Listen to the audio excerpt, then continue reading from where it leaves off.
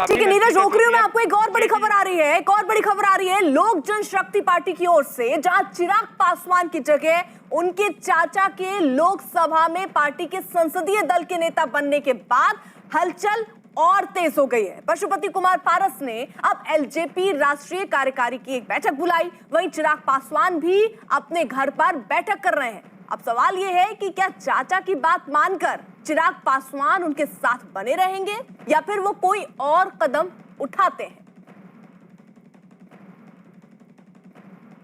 LJP में टूट के बाद पटना के इस प्रदेश कार्यालय में किसी को भी अंदर जाने की इजाजत नहीं है और जो लोग भी पहुंच रहे हैं सिर्फ बाहर से उनको वापस लौटना पड़ रहा है। सीधे तौर पर दिल्ली से फोन कर यह मना किया गया है कि कोई भी आदमी अंदर नहीं जा सकता है। ऐसे में तस्वीरों में आप साफ तौर पर देख सकते हैं गेट बंद है। यहाँ पर पहुँचे हैं प्रदेश प्रवक्ता जो गेट के बाहर खड़े होकर इंतज़ार कर रहे हैं। ये बताइए, आप पहुँचे हैं, अंदर जाने की इजाज़त नहीं है और अब तो एलजेपी पर पशुपति कुमार पारस का कब्जा हो गया है। किस तरह से इसको देखते हैं?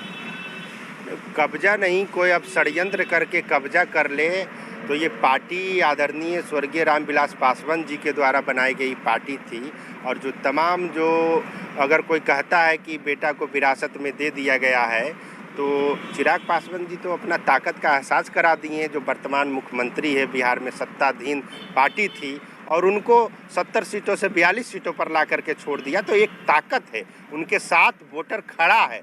तो इसी ताकत से जो लोग हैं, जेडीयू के लोग घबरा गए हैं और भीतर घात कर करके और पशुपति पारस जी को कटप्पा बना कर करके और उनके पीठ पे तलवार घोंपने का काम किया। चंद्रमोहन, अब नजर इस बात पर होगी कि चिराग पासवान का अगला स्टेप क्या होता है, अगला कदम चिराग पासवान का क्या हो सकता है। क्या मुलाकात भी हो रही है चाचा भतीजे के बीच? बिल्कुल, देखिए, पार्टी टूटने के बाद लगातार चिराग पासवान अपने चाचा से संपर्क करने की कोशिश कर रहे हैं।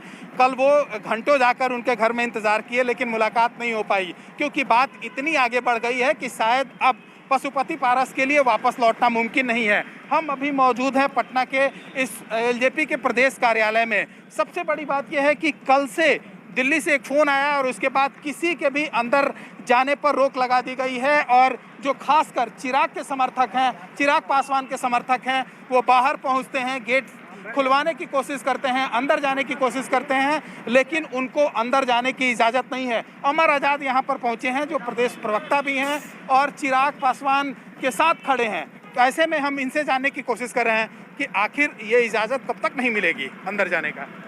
हम लोग तो आए हैं कि जाकर के बात करते कि क्या चल रहा है, क्या किससे ऑर्डर आया है, पर यहाँ जो सिक्योरिटी गार्ड है वो किसी को जब बोले कि ऊपर से इजाज़त है कि किसी को नहीं अंदर जाने दिया जाएगा। तो देखिए, हम लोग हैं चिराग जी के साथ हैं और जो लोक जनशक्ति पार्टी और चिराग के साथ जल्दी से जान लेते हैं नीरज से भी। नीरज, ये जो हलचल चल रही है एलजेपी के भीतर, इसको लेकर किसी दूसरी पार्टियों का भी कोई रिएक्शन आया अभी तक? देखिए, दूसरी पार्टियों के रिएक्शन में जेडीयू के नेता तो लगातार संपर्क में है। आरजेडी का जो बयान है वो सहानुभूति रखता है चिराग पासवान के पास, लेकिन पटना में हमने तमाम कार्यकर्ताओं की बात सुनी, उनकी सहानुभूति चिराग पासवान के साथ है। दिल्ली में पशुपति पारस के खेमे के पक्ष में लोग बोल रहे हैं, लेकिन पटना में चिराग पासवान के साथ है। 12 जनपद पे रामविलास पासवान का आवास है, यहाँ हम लोग मौजूद हैं। और अब से थोड़ी देर पहले सौरभ पांडे जो कि चिराग पासवान के सलाहकार भी हैं और मीडिया को भी देखते, वो यहाँ आए हैं। आज तीसरा दिन है एलजेपी की लड़ाई का और अंदर आपको दिखाना चाहेंगे अपने कैमरा पर्सन विकास से।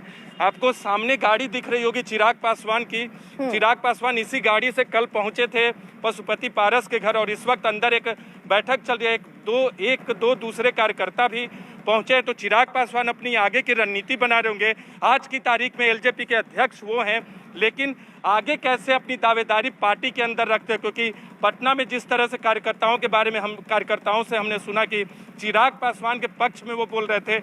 हालांकि पार्टी के 6 सांसदों में से 5 सांसद ने एलजेपी पर दावा किया है, संसदीय दल के नेता के तौर पर पशुपति पारस की नियुक्ति हो चुकी है, लेकिन चिराग पासवान कैसे अपने आप को बिहार की सियासत में अब अपनी दस्तक देते हैं, ये देखना बहुत ही महत्वपूर्ण होगा। हालांकि कल वो 1.5 घंटे के लिए ज़रूर पहुंचे थे पशुपति पारस के आवास पे, लेकिन कोई मुलाकात नहीं हो पाई थी।